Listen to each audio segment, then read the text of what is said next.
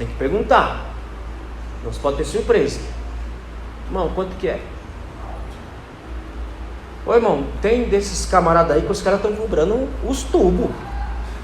É muito dinheiro. Tem pregador que se de me chamar vai ter que vender a igreja, pagar o cara e fazer o culto na rua. Tá difícil.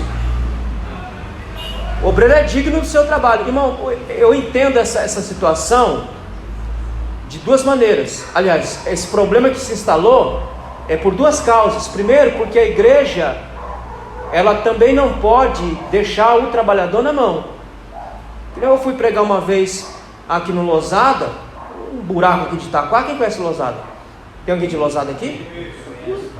Tem ninguém de Losada aqui não, né, meu irmão? Se tiver, me perdoe, mas é longe, viu? Ô, lugarzinho longe. E o irmão me chamou, eu fui de todo bom grado. Não tinha carro, não tinha nada. Foi eu e minha ex-mulher, fomos lá. Terminou o culto. Ô, pastor, tapinha nas costas, obrigado. Pastor com o carro na porta. Pastor, o ponto é ali. Ficou eu e ela, num lugar que eu não conheço, desconhecido, tarde da noite, esperando o ônibus para poder ir embora. Ainda tem que pegar duas conduções, porque o Losada que vem lá, ele não vem, acho que ele vem até Manoel Feio, de Manoel Feio tem que pegar o trem ou pegar o para poder ir embora. Então, uma parte é a igreja que não sabe reconhecer, a igreja não reconhecendo, o cara vai impor. Aí o cara impõe quando ele quer, e quem tem grana vai lá e paga. Então tem que ser um equilíbrio entre quem chama e entre quem vai pregar, para não houver esse desequilíbrio. Mas nós não trabalhamos visando isso, nós não trabalhamos buscando isso. Então por isso que eu digo que o trabalho tem que ser de forma voluntária e amorosa, porque Deus ele vai reconhecer o seu trabalho, o seu esforço. Hoje está difícil você pegar obreiro para colocar em congregação, que o cara vem colocar uma pancada de coisa para poder ir para a congregação. Então é melhor fechar a congregação logo e deixar lá sem pastor, sem nada, porque é uma lista de exigência que tem a igreja. Tem igreja que consegue, tem igreja que não consegue. Então é fazer um trabalho voluntário e amoroso em nome de Jesus, sabendo que o trabalho é dispendioso. Ter conteúdo para servir. Irmão, não venha com falsa humildade para cá não. Eu não tenho nada. Aqui não é lugar para quem não tem nada. Aqui é lugar para quem tem. Porque você foi chamado para Deus, foi chamado por Deus, e Ele colocou o conteúdo em você. Então se Ele colocou o conteúdo, você tem algo para dar sim. Irmão, se eu não tivesse nada para entregar para vocês, hoje eu nem aqui viria. Eu ficaria na minha casa. Porque não dá para vir aqui dizer a falsa humildade. Eu não tenho nada, tudo que vem de Deus. Aí, meu irmão, pode se preparar que o estudo vai ser uma água. Vai dar vontade de ir embora, sair correndo. Vai ver tanta besteira, vocês não vão aguentar. Não, aqui é lugar para quem tem conteúdo. Se o pastor Edmir me chamou é porque tem conteúdo. E se tem conteúdo é para fazer. E fazer para a glória de Deus, amém, meus irmãos? Amém. Então tem que servir, e servir com conteúdo. É o que? É para cantar, cante, é para pregar, pregue, é para orar, pregue, mas tem que ter conteúdo em nome de Jesus, amém, meus irmãos? Amém. Verso 16, aí agora eu vou ler na minha tradução aqui, tá, irmãos? Evite o que é profano e conversa fiada, sobre isso avançará em maior impiedade. Evita o que é profano e conversa fiada. A palavra profano traz a ideia de alguém disponível, de um à toa. À toa. Porque o à toa tem tempo para ficar falando conversa fiada. O à toa tem tempo. Ele arruma tempo. Aliás, ele tem tempo. Então Paulo está dizendo, evita ficar à toa, ficar disponível. Porque quem fica muito disponível faz o que Davi fez. Irmão, crente disponível faz o que Davi fez e um pouquinho pior. Crente tem que estar disponível para Deus. O crente não pode estar disponível para si mesmo. Porque se você estiver disponível para si mesmo, você vai fazer só coisa que não presta. E vai pensar só coisa que não presta. Você tem que estar disponível para Deus. Por isso que ele fala, evita o que é profano Não fique disponível. Se ocupe. Evite conversa fiada. Irmão, no mundo antigo, a conversa fiada era considerado tendo uma doença na alma, pela qualidade, pela quantidade e qualidade da conversa fiada ou vã. Não seja um doente. Irmão, lá antigamente era considerado um doente na alma, e realmente, irmão, quem tem conversa fiada é um doente mesmo. Não tem muita coisa na alma, só tem perversidade ali dentro. Porque para sair com conversa fiada tem que ter perversidade. Tem nada de bom ali dentro. Está doente, como diz o texto. Então evita o que é profano, evita a conversa fiada, porque isso vai produzir algo destrutivo no seio da igreja. E aí ele diz que essas pessoas vão avançar. Alguém que se torna mais e mais profundamente envolvido na impiedade. O ímpio não é o que está lá fora. O ímpio é o que está aqui dentro e se torna ímpio. Se torna alguém perigoso, se torna alguém violento. Porque ele começa com uma coisinha aqui e ele vai avançando em impiedade. Quando ele vê, ele está atolado até o pescoço na impiedade.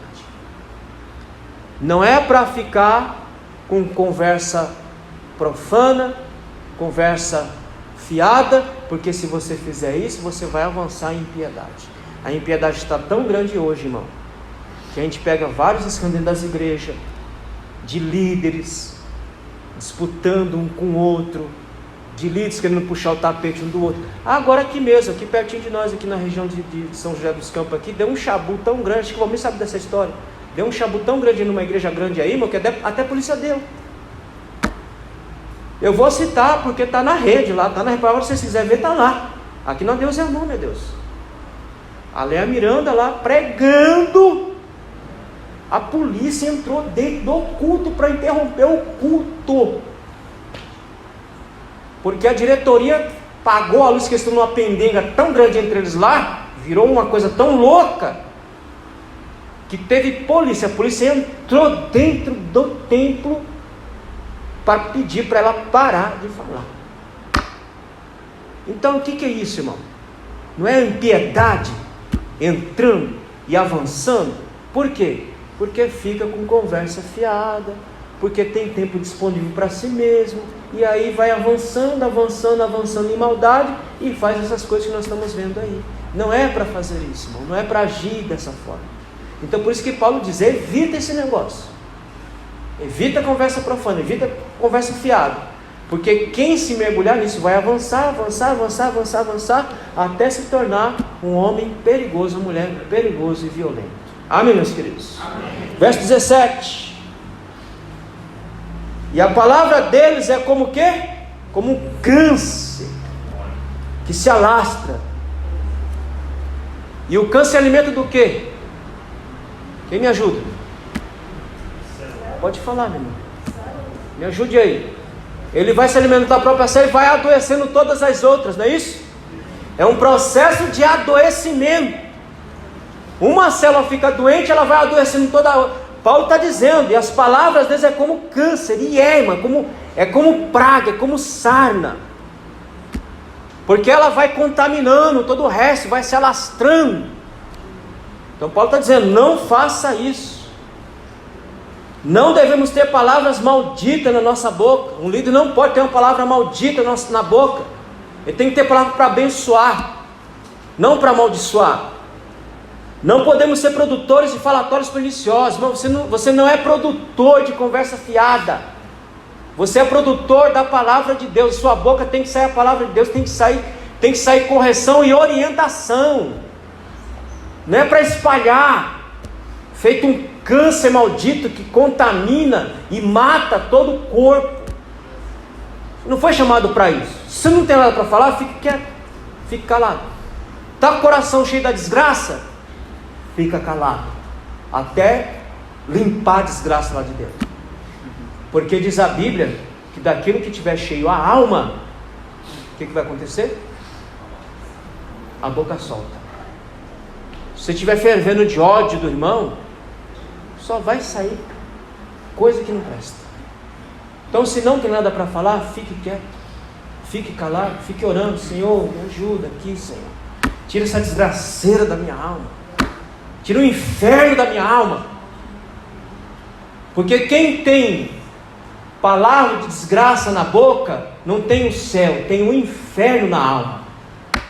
Porque o inferno é produtor de todo mal, de toda malignidade.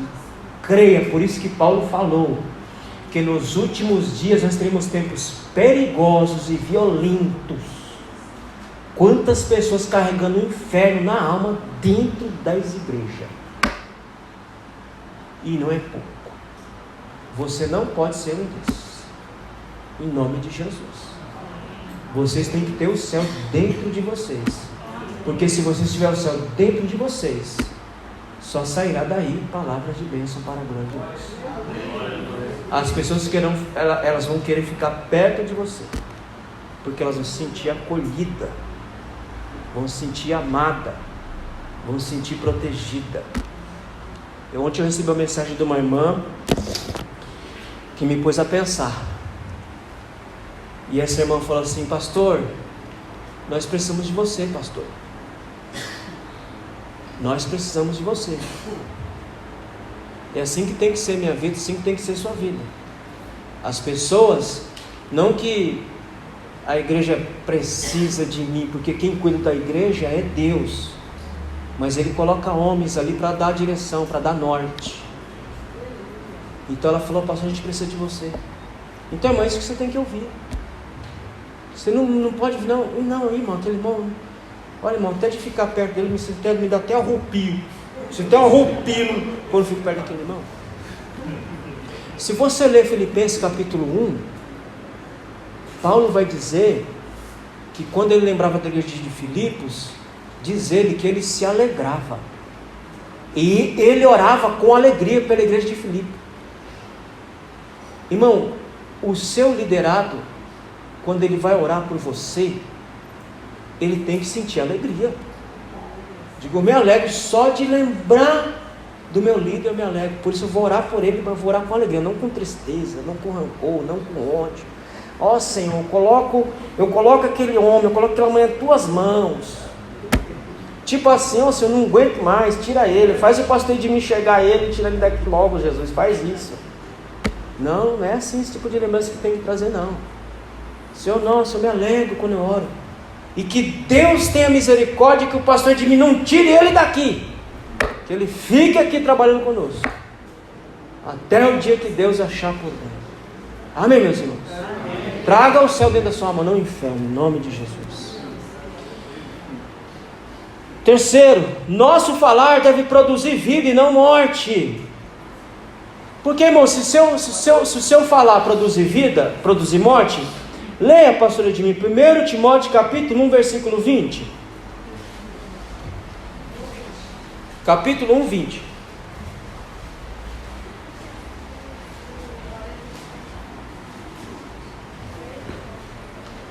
Himeneu e Alexandre são dois exemplos. Eu os entreguei a Satanás para que aprendam a não blasfemar. É isso que você quer para a tua vida? É isso que você quer para o seu ministério? Você entrega a Satanás?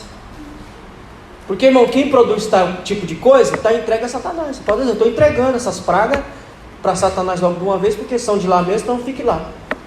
É assim que você quer ser considerado? Alguém que faz parte do inferno e não do céu? Paulo está dizendo, esses dois aí fazem parte do inferno. Então, já que faz parte do inferno, deixa eu entregar para o dono de lá.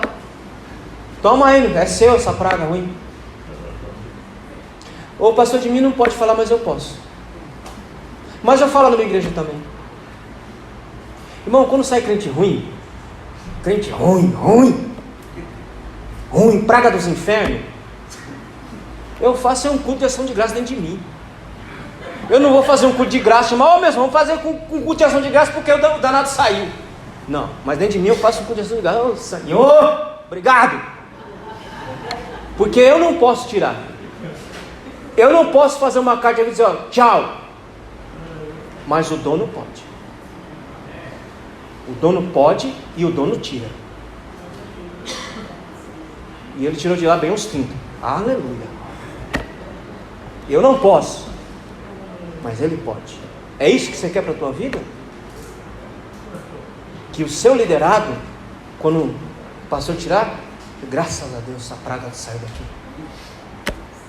É isso? Não. Tem que ir lá na casa do pastor de mim, lá uma comissão. Ô, meu irmão, tá difícil aqui hoje, viu? Tá caindo tudo. É que eu tô precisando de água mesmo.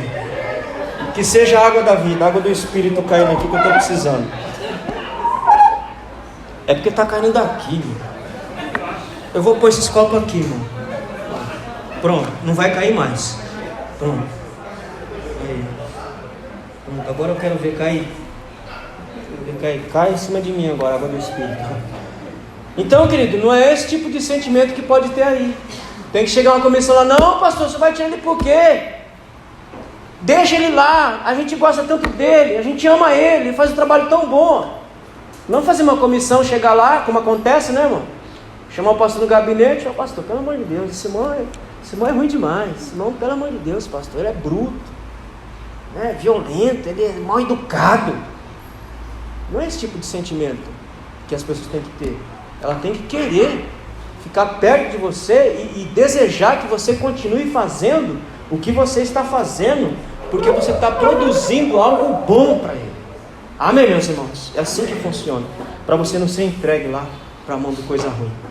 Verso 18: alguns desviaram-se da verdade, falando da ressurreição que já é passada, e já aconteceu, e arruinaram a fé de alguns. Está falando de Emineu e Fileto, que negavam a ressurreição corporal. Para eles existia somente a ressurreição da regeneração. E começou com esse veneno dentro da igreja. E Paulo está dizendo: não faça como esses homens que negam a ressurreição. Não se desvie como esses homens. Irmãos, quantos homens desviados hoje, homens que pregavam a palavra, falavam a verdade, hoje estão feito cachorro, feito porco, negando tudo aquilo que falaram, tudo aquilo que pregaram. Sabe por quê? Porque se envaideceram em si mesmo, e eles acham que eles podem explicar a Bíblia, irmãos. Eles acham que são mais sábios do que a Bíblia. Não, porque historicamente, filosoficamente, arqueologicamente, meu irmão, se está dito que pecado é pecado, pronto, acabou. Não vai ser filosofia que vai dizer que não é. Se dizer que mentir é pecado, não vai ser minha filosofia, não vai ser meu saber que vai dizer que não é. Pronto, acabou. Mas se incharam tanto no seu próprio conhecimento, Paulo fala disso, que acaba se desviando, achando que estão à altura de corrigir a Bíblia. Quem tem que ser corrigido é uma praga ruim dessa, meu irmão. Porque a Bíblia não precisa ser corrigida. Ela é os pensamentos absolutos de Deus para mim e para você. Quem é que vai sondar a Deus? Paulo diz: o Espírito é aquele que sonda, aquele que conhece. Quem é que vai corrigir a Deus? Porque um idiota desse, quando fala que a Bíblia tem que ser corrigida, tem que ser mexida, mas eu tenho que corrigir a Deus. É que essas bestas do inferno não pensam nisso. Porque você está mexendo com o autor. Então você está dizendo que é o autor que não presta, meu irmão.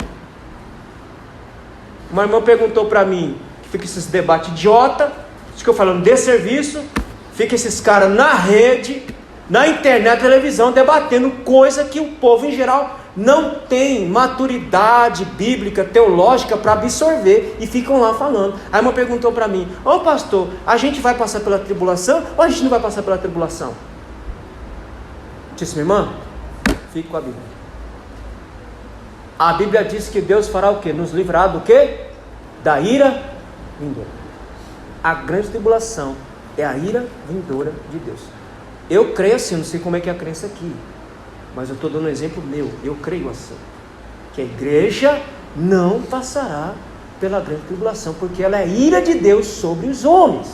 Como ela da minha igreja, eu falei, irmão, fique com a Bíblia.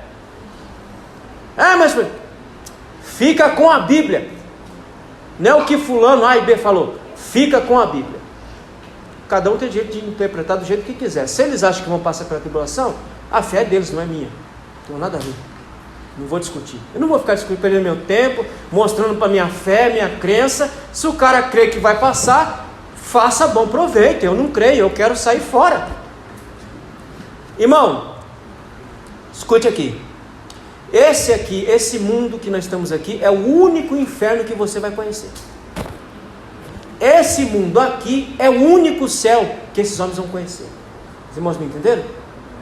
Esse aqui é o único inferno que você vai conhecer. Este mundo é o único inferno que a igreja vai conhecer. Este mundo aqui é o único céu que os pecadores vão conhecer. Porque nós seremos arrancados daqui já. Hoje minha mãe falou uma coisa de uma irmã. Ela teve um sonho e ela via a pessoa e ela disse que ela viu 2 fileiras muito enorme e todo mundo de branco. E ela perguntava: cadê o pastor Luiz? Cadê o pastor Luiz? E a voz respondia: ele vem daqui a pouco. Não vem agora, ele vem daqui a pouco. Porque o céu que eu espero não é esse. O céu que eu espero está por vir. E eu espero que seja realmente daqui a pouco. Que seja daqui a pouco para todos nós. Agora, a fé é de cada um. Quem quiser ficar aí para ver que é o anticristo, que fique. Eu não quero sair fora.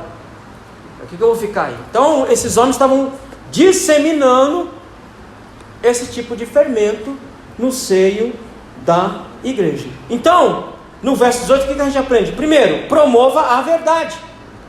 Promova a verdade do seu ministério, da sua igreja. Qual é a doutrina? Promova a doutrina. Promova a teologia da sua igreja. Promova a palavra de Deus da sua igreja. Porque toda igreja tem uma teologia. Você é calvinista? Não. Então para que tu vai ficar semeando o calvinismo da sua igreja? Promova a teologia da sua igreja. Promova o que você conhece aqui da sua igreja. Deixa os calvinistas para lá. Deixa a vida deles para lá. Vão ser salvos como nós vamos ser salvos. Santo Agostinho, não sei se foi ele, mas foi alguém que disse: nos não essenciais, aliás, no essenciais, como é que é, Valmir? Me ajude. Eu esqueci. Ele diz mais ou menos assim: nas coisas não essenciais, liberdade. No essencial, caridade e unidade. Exemplifico. Essa questão, se vai ficar ou não, se vai antes, se vai depois, não é essencial. Para mim não é essencial. Então, não precisa discutir. Agora, no essencial, unidade e caridade. Qual é o essencial? O essencial é que nós cremos em uma coisa só. Ele vem. Se ele vem antes ou depois, mas as duas alas diz que ele vem. Nisto, caridade e unidade. Amém, meus irmãos? Fique com a doutrina que você tem. Se você quer trazer uma outra doutrina, vá para onde prega essa doutrina. Se você quer pensar diferente, vá pensar diferente em outro lugar. Que aqui não é lugar de você pensar diferente. Aqui é lugar de você pensar como a igreja. Como é o nome? Pense com a cabeça da igreja batista cristã bíblica. Não é para pensar com a cabeça da Assembleia de Deus de onde eu faço parte. Lá é o meu mundo. Aqui é o mundo de vocês. Então é aqui que vocês têm que pensar. Tanto é que quando eu venho aqui, eu tenho todo o cuidado do mundo para não ferir nenhum artigo de fé de vocês aqui. Porque vocês têm um padrão a ser seguido aqui. Então é aqui que você tem que pensar.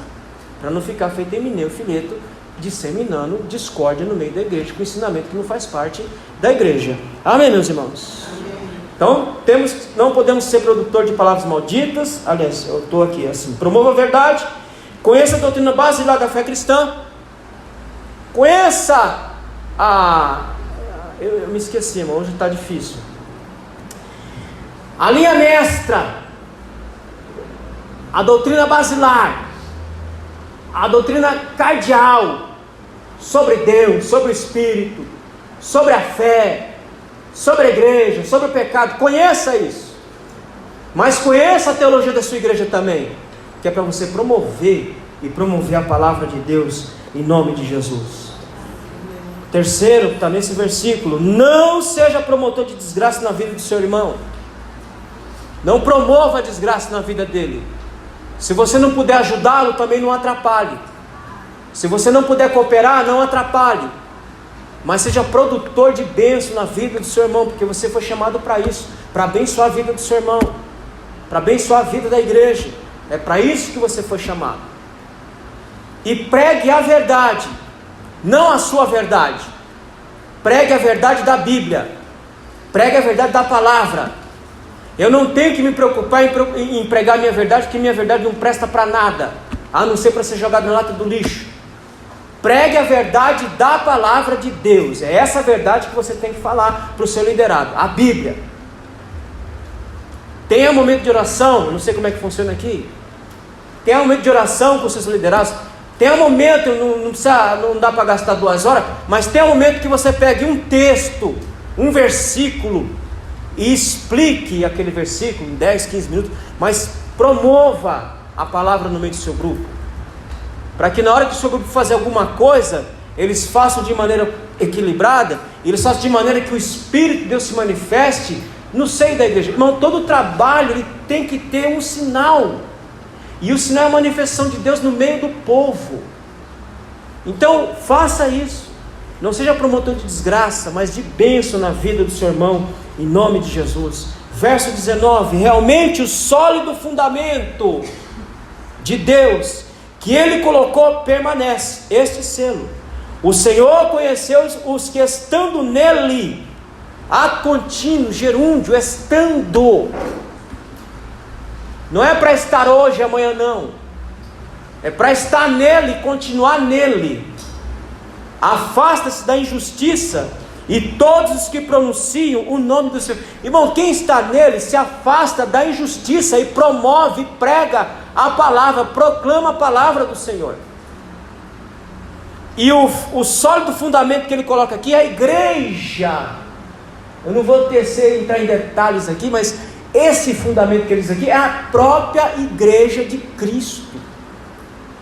Esse fundamento sólido que é a igreja do Senhor. Então eu não posso me afastar dele, tenho que estar ligado a ele. Quais são as verdades desse versículo? Primeiro, sinal indica o propósito do proprietário, ou seja, o selo. O selo diz que nós somos propriedade de alguém, nós somos propriedade do Cristo. É isso que nós temos que confessar. Nós somos propriedades particulares. Irmão, se você ler Deuteronômio capítulo 7, versículo 14, abra para mim, pastor Edmir, vamos ler. Deuteronômio capítulo 7, versículo 14. Veja o que diz lá, só para quebrar o nosso ego aí. Eu acho que é esse texto. Bendito serás mais do que todos os povos. Não haverá estéril no meio de ti, seja homem, seja mulher, nem entre os teus animais. Não é esse não, viu? 7:14. Eu não sei se eu vou achar não, meu irmão, mas eu vou citar e vocês com certeza vão lembrar. Eu achei aqui, pastor. Verso 17, vai para o verso 17, do mesmo capítulo. Tá. Talvez digas no teu coração: estas nações são mais numerosas do que eu. Como podereis conquistá-las? Eu acho que não é isso também não. Mas é nesse texto aí que ele vai dizer o seguinte: que Deus não escolheu eles por número, por quantidade, por beleza, por poder, mas Deus escolheu eles por amor. Não foi uma escolha por aquilo que eu tenho a oferecer, porque nós não temos nada a oferecer. Ele diz: eu vos escolhi entre as nações por amor. Vocês não são nem um povo numeroso, vocês são um povinho pequeno. Versículo 7, pastor Edmir. Sabia que era capítulo 7, só não sabia o verso. O Senhor não se abençoou de vós, e vós escolheu por ser mais numerosos do que todos os outros povos, pois sereis menos em números do que todos os povos. Deus está dizendo: vocês são um povinho de nada, vocês são um povinho, vocês são uma coisica de nada. Eu poderia ter escolhido outras nações mais numerosas, mais poderosas, mas eu escolhi vocês, coisica de nada, por amor, porque vocês não têm nada. Vocês não têm, vocês não são um povo grande, vocês são um povo que vocês não têm nem terra, eu que estou dando a terra.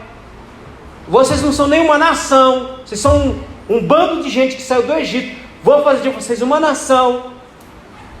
Então eu escolhi vocês por amor, não por nada que vocês tinham a oferecer e nem me dar, mas por amor. Então Ele nos escolheu por amor, não por aquilo que eu tenho, que eu não tenho nada. O meu saber não me faz Deus se aproximar de mim. Minha disponibilidade não faz Deus me aproximar de mim. O que faz Deus se aproximar de mim é o amor grandioso dele por mim. Amém, meus queridos? Então nós somos escolhidos por amor. Para fazer o quê? Para confessar o nome dele, porque somos propriedade dele. Por isso que ele fala de selo.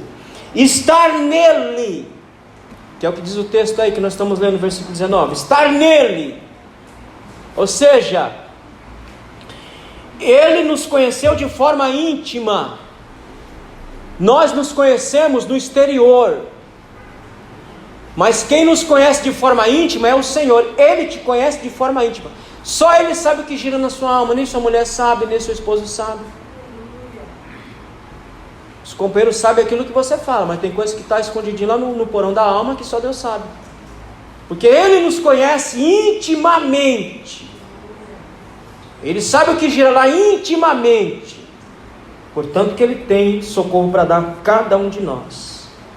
Então, desta relação de sinal e conhecer, nós nos afastamos da iniquidade ou da impiedade. Olha o verso 20. Aí no verso 20, nós vamos pular, tá? Não vamos pular. Ele fala da utilidade dos vasos de honra e vasos de desonra. Quem são esses vasos aí? Vai para o versículo 22, ele vai dizer quem são esses vasos aí. Verso 22 do capítulo 2. Ele diz que tem que fugir aí, não é isso? Lê aí, verso 22. Foge também dos desejos da mocidade. Tá bom aí. Foge das concupiscências da juventude e segue. Ele está dizendo, ó, fuja dos fortes desejos, dos desejos que corrompem, dos desejos que destroem. Quais são esses desejos que ele tem que fugir? Primeiro, prazer desordenado. O texto está aí, meus irmãos, depois vocês leem em casa. Foge dos prazeres desordenados. Comer demais feito doido. Trabalhar demais feito maluco. Querer curtir a vida. Todo mundo casado aqui? Todo mundo casado aqui, irmão?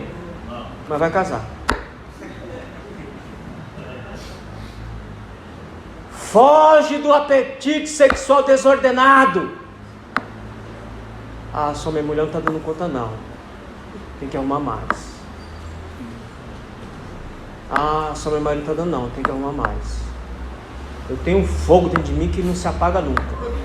Ô irmão, apaga com o Espírito Santo aí, pelo amor de Deus. Mas foge do prazer desordenado.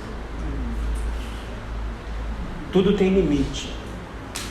Tudo tem dose. Qualquer dia, se o pastor de mim tiver coragem, eu venho aqui e prego Cantares capítulo 1 para vocês. Eu só quero só um pitaco, tá bom, pastor? Eu não aguento, irmão. As coisas na minha mente eu tenho que falar. Olha, irmão, eu volto para onde eu estou, tá? Nós estamos falando da mesma coisa aqui. Desejo. Capítulo 1, versículo 2 de Cantares. Olha o que ele diz no versículo 2: beije-me ele com os beijos da sua boca, porque melhor é o vinho do teu amor do que... Porque melhor é o teu amor do que o vinho. Irmão, esquece esse negócio que Cantares está falando da relação entre Cristo e igreja, que não está. Pode tirar isso da cabeça. Você já imaginou a gente chegar lá no céu e Cristo beijar com o beijo da boca? Você já pegou o capítulo 7 de Cantares? Você já imaginou Cristo, a igreja nua e o Cristo nu? E ele diz assim: a mulher diz, o teu hálito é como o hálito da maçã. Onde é que esse homem está? Ele está a 2 metros de distância? Ele está em cima para copular. E ela está dizendo: é como o cheiro da maçã do teu hálito. Você já imaginou Cristo nessa situação aí? Então esquece esse negócio. Não, Cantares é a relação de Cristo e a igreja. Nada a ver, irmão. Cantares celebra o amor entre um homem e uma mulher. E a coisa mais preciosa que Deus deu para um homem e mulher, que é a sua intimidade sexual dentro do casamento. Beije-me com um beijo de sua boca. A gente olhando a tradução, ela não verte o que quer dizer original, porque a tradução ela não tem como é que eu falo, Romero? Ela não se presta para verter o que está lá, ela tem que traduzir para eu entender. O trabalho de verter o que está lá é nosso, é meu, é do pastor Edmir, do pastor Valmir. Não tem concorrente, não tem palavra concorrente, né? Sim, não consegue verter. Esse verbo aqui, ele é um verbo intensivo no original. A mulher está falando para o homem, para o Salomão: homem, me beije de tal forma que chegue a me faltar o fôlego. Você sabe do que eu estou falando, né, minha irmã? Né, meu irmão? Quando o nego velho chega: amor, me beija que eu quero ficar sufocado no seu beijo. É o que ele está dizendo aqui. O versículo é o que ele está dizendo aqui. Aí ele continua dizendo: porque melhor é o teu amor do que o vinho. Está falando o quê? Meu amor. Como é que fala? Antes de ir para os finalmente, como é que fala, Romero? Antes de ir para os finalmente. Isso. É isso que ela está dizendo.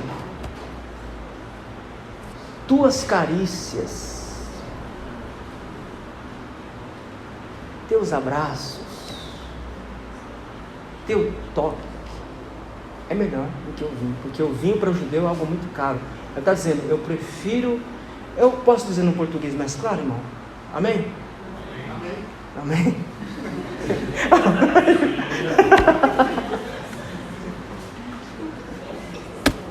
Vocês vão entender o que eu vou dizer. Meu amor, os teus amassos é uma coisa de louco. Eu fico doida. É isso, irmão. Só que isso tem limite. É para fazer só com a sua parceira, só com o seu parceiro. Não é com ela e mais 10. Não é com ele mais 20. Então por isso que Paulo está dizendo: foge do prazer desordenado. Que mais tem que fugir? Foge do poder desordenado. Irmão, você não é o todo-poderoso aí. Você só é um líder que foi colocado. Tem gente que parece que sopra a cabeça, vira outra pessoa. Parece que quando você coloca alguém para trabalhar, o cara se transforma. Ele acha que ele está com todo o poder na mão. Está querendo fazer que nem o diabo. Vou colocar a minha cadeira acima da cadeira do pastor Edmir, que agora quem manda aqui sou eu. Não, meu irmão, foge do poder desordenado. É disso que Paulo está falando para aquele menino de 37 a 40 anos, a 47 anos. Foge. Foge dessa loucura de querer ser mais, de querer ser maior do que alguém que você não é. Foge da possessão desordenada. Esse versículo está tudo aí, depois vocês meditam em casa. Eu posso possuir coisas, eu posso angariar coisas, mas isso não pode ser o meu objetivo de vida. Tem crente que está se perdendo por aí, irmão. Eu quero possuir um carro, eu quero possuir uma casa, eu quero possuir isso aqui, quero isso aqui. E o cara se enfia a trabalhar dia e noite, dia e noite, dia e noite. Esquece que tem uma alma, esquece que tem uma igreja, esquece que tem uma família, esquece que tem tudo. E se enfia feito louco para possuir. Isso é desejo desordenado, minha gente. Paulo está dizendo, foge. Irmão, se você quer ver sua vida de maneira desordenada, larga. Fica, pastor, eu quero viver minha vida loucamente. Quero viver minha vida doidamente. Então larga. Eu estou entregando aqui meu cargo, não quero mais saber desse negócio, eu quero me arrebentar logo de uma vez. Então vá. Mas larga. Agora, se fizer, não é para ser de maneira desordenada. Amém, meus queridos? Amém. Desejo desordenado da juventude, marcada pela irresponsabilidade, exagero. Isso que ele está falando. Foge disso. Dessa irresponsabilidade que é marcada pela juventude. Você pega o jovem, para eles é tudo exagerado, né? Tudo é exagero, né? Se é para comprar, compra feito doido. Se é para curtir, eles curtem feito maluco. É tudo exagerado, tudo sem medida. Paulo está dizendo, não, você não pode ser assim. Você tem que ter equilíbrio nas coisas, para não fazer nada de maneira irresponsável, nem de maneira exagerada. Paulo diz para Timóteo, não perder tempo com discussões tolas. Eu estou no versículo 23 agora, tá, irmãos? Aqui, só para terminar o verso 22. Seguir o que dá valor à vida. Segue o que dá valor à vida. O que dá valor à vida? Estar em Cristo e servir a Ele. É isso que dá valor à vida. Porque os prazeres desse mundo, irmão, não valoriza a vida e não preenche a vida. As coisas desse mundo não preenchem sua alma. As coisas desse mundo não vão satisfazer a sua vida. Mas Ele sim, Ele preenche, Ele satisfaz, Ele completa todas as lacunas da nossa alma. Amém, meus irmãos? Verso 23. Rejeite os tolos e não educados, sabendo que tais geram luta. Rejeite esse tipo de gente. Não ande com esse tipo de gente. Não conviva com esse tipo de gente. Porque esse tipo de gente só gera problema dentro do grupo, dentro da igreja. Com esse tipo de gente, só tem um remédio: encostar. Não deixar no trabalho. Porque se você deixar no trabalho, vai contaminar o resto. Vai gerar problema para o resto. Então, com esse tipo de gente, só funciona encostar. Deixa lá. Então, rejeita esse tipo de gente. Paulo diz para Timóteo não perder tempo com discussões tolas sem sentido. Não perca seu tempo com discussões que saem de lugar nenhum para lugar nenhum. Aplique o seu tempo em ensinar, em educar, em corrigir. Não ficar em discussão tola, se tem ressurreição, se não tem ressurreição, como fazer milhão e fileto. Paulo diz, foge desse negócio, rejeita esse negócio, porque isso é perder tempo. O obreiro, os obreiros, as obreiras não têm tempo para perder. Nós temos que remir o nosso tempo, como diz Paulo, fazendo aquilo que vai produzir algo de bom no meio dos nossos liderados. Amém, meus irmãos? Amém. Verso 24. O que o servo não pode fazer? Ele diz no versículo 24: o que é que eu não posso fazer? Lê aí, minha irmã, o verso 24, por favor.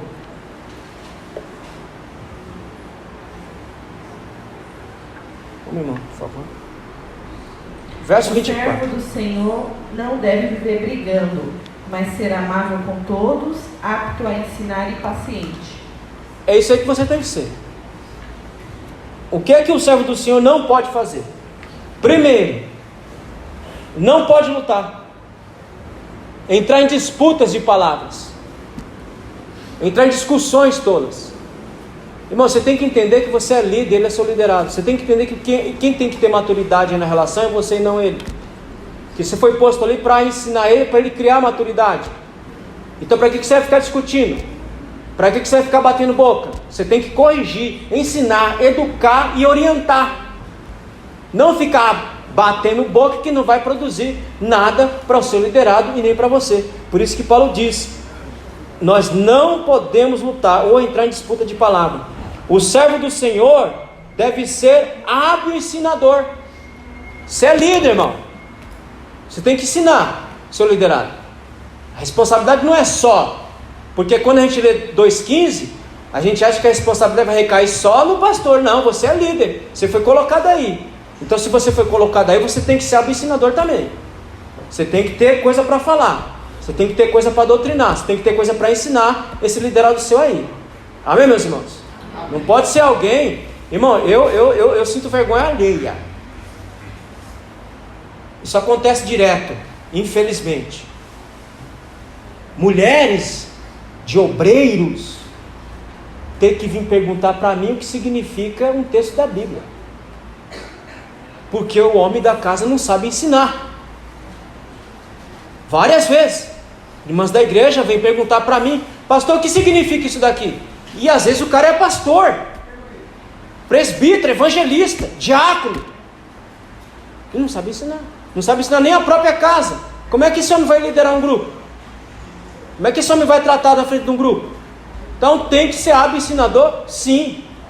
Tem que saber o que está falando? Sim. Tem que saber o que está fazendo? Sim. Por isso que eu falei no início: vai fazer, faça com excelência. Ah não, estou aqui só para cantar, só para ensinar a cantar. Não, você não está só para ensinar a cantar. Você está para ensinar a cantar e está aí para ensinar também a Bíblia para eles. Amém, meus irmãos? Amém. Somente os levitas. Tem que ensinar. Tem que ensinar a cantar e tem que ensinar a Bíblia também. Mas tem que conhecer a Bíblia também.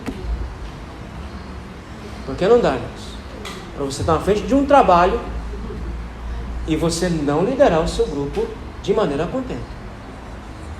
Por que eu digo, por que eu toquei com os meninos? Porque, irmão, tem tanto lixo musical hoje que eu prefiro ouvir aquela música do Alves Sater. Indo devagar. Prefiro ouvir isso. Já parou na letra desse hino? Ando devagar porque já tive pressa. Eu prefiro ouvir essa música do que ouvir certos hinos que andam cantando por aí. Aliás, não é nem hino, é mantra. A pobreza é tamanha que vira um mantra. Você pega lá uma estrofe e depois o coro e fica só uma estrofe e um coro. Aí você fica 10, 15 minutos só naquele mantra. Para ver se os irmãos entram em êxtase espiritual e saem voando feito um anjo. Não, meu irmão.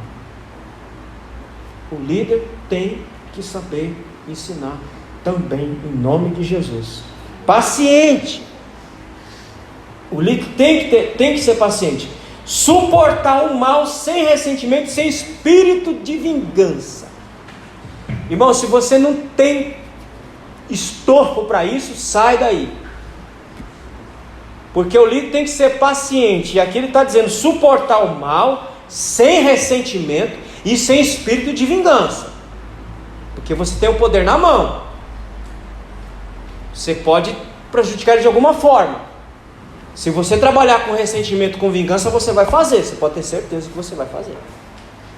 Então o líder tem que ser apto, paciente, de suportar o mal, sem ressentimento e sem espírito de vingança. Porque não dá. Você já pensou vocês terem um pastor aqui com espírito de vingança?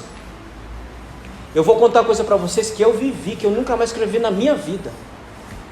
Eu fui chamado, não vou dar o nome da igreja. Eu fui chamado para dar um estudo numa igreja, irmão. Que eu me meteram numa gaiola das loucas. Porque se eu soubesse que estava daquele nível, eu nem lá aparecia. Eu apareci lá para fazer exorcismo. Nos crentes e no pastor da igreja. Porque me chamou para falar sobre a doutrina do Espírito Santo. Eu entrei numa área, aí uma irmãzinha lá estava azeda.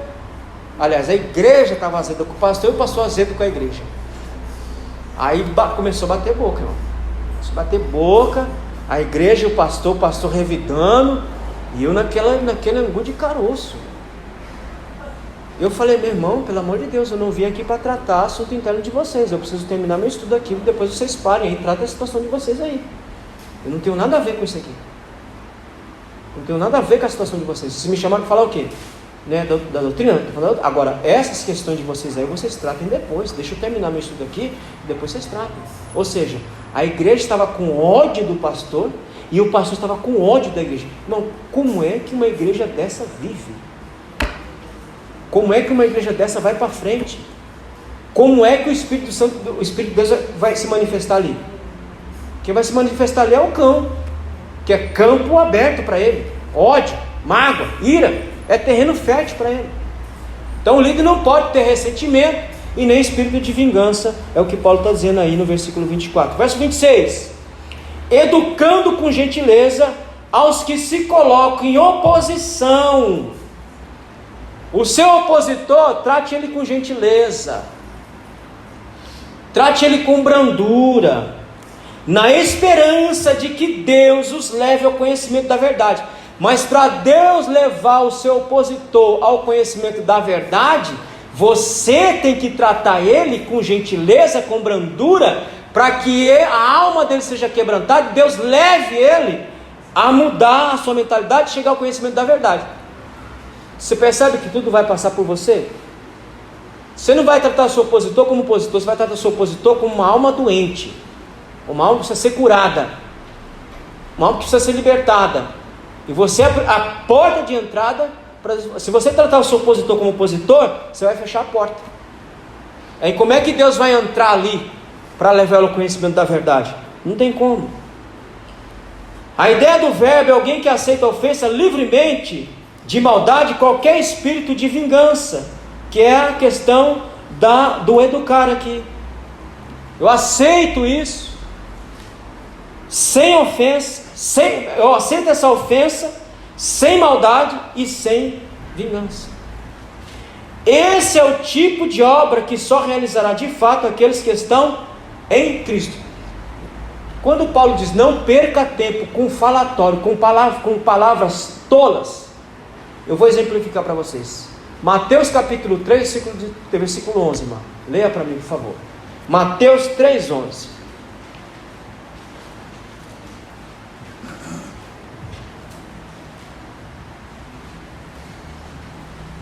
Eu batizo com água aqueles que se arrependem. Depois de mim, porém, virá alguém mais poderoso que eu, alguém muito superior, cujas sandálias não sou digno de carregar. Tem mais aí, não tem? Ele os batizará com o Espírito Santo e com fogo. Pronto, aí. A pendenga está aí, ó. Aí ficam perdendo tempo com palavras, com discussão tola. Uns dizem, não, ele batiza com o Espírito Santo. Mas o fogo aí é fogo de juízo. Aí outro diz, não. Ele batiza com o Espírito Santo e com fogo. Um diz, não, fogo é de juízo, então só com o Espírito. Ou não, eu vou acabar com essa discussão agora. Ele batiza com o Espírito Santo e com fogo para purificar o pecado e fogo para encher você de Deus em nome de Jesus, e acabou a discussão. É isso que Paulo está dizendo. Não perca tempo. Simplifica, mas não fica com discussões. E não trate o seu opositor como opositor. Trate o seu opositor como uma alma doente, que precisa ser acolhida e que precisa ser restaurada. Você foi chamado para fazer isso. Amém, meus irmãos? A missão, aliás, esse tipo de obra só pode realizar aqueles que estão de fato em Cristo. A missão é levar o outro ao conhecimento profundo de Deus, mas isso depende do meu comportamento. Para eu levar esse indivíduo ao conhecimento profundo de Deus, vai depender do meu comportamento. Irmão, deixa eu falar uma coisa para vocês. Ontem eu abracei e vi vários dos meus opositores. O pastor Valmir estava lá, eu acho que a hora que chegaram, acho que você não viu mais. Mas ontem eu vi e eu abracei vários dos meus opositores. Porque, irmão, eu não vou tratar como opositor, eu tenho que tratar como uma alma que precisa ser tratada, como uma alma que precisa ser levada ao conhecimento profundo da palavra de Deus, e o meu comportamento vai ditar isso. Porque ele não pode dizer, ele disse que é de Deus, é isso aqui, mas olha como ele me tratou, olha a brutalidade dele, olha a maneira dele, olha o jeito que ele me tratou. Não, é com gentileza, é com brandura, é com suavidade que nós ganhamos o nosso opositor. Amém, meus irmãos? Verso 26. Leia para mim, irmão, por favor. Então voltarão ao perfeito juízo. Já estou terminando. E escaparão da armadilha do diabo, que os prendeu para fazerem o que ele quer. É o verso 26, né? Então, olha o propósito, irmão, de manejar bem a palavra com a vida. Não é manejar bem a palavra com o intelecto. É manejar bem a palavra com a vida. Veja que tudo que ele falou, do que a gente tem que fazer para manejar bem a palavra. Não adianta eu conhecer muito de teologia, eu ser PhD, ser pós-PhD, e eu não olhar para o que vem depois do versículo 15. Não adianta.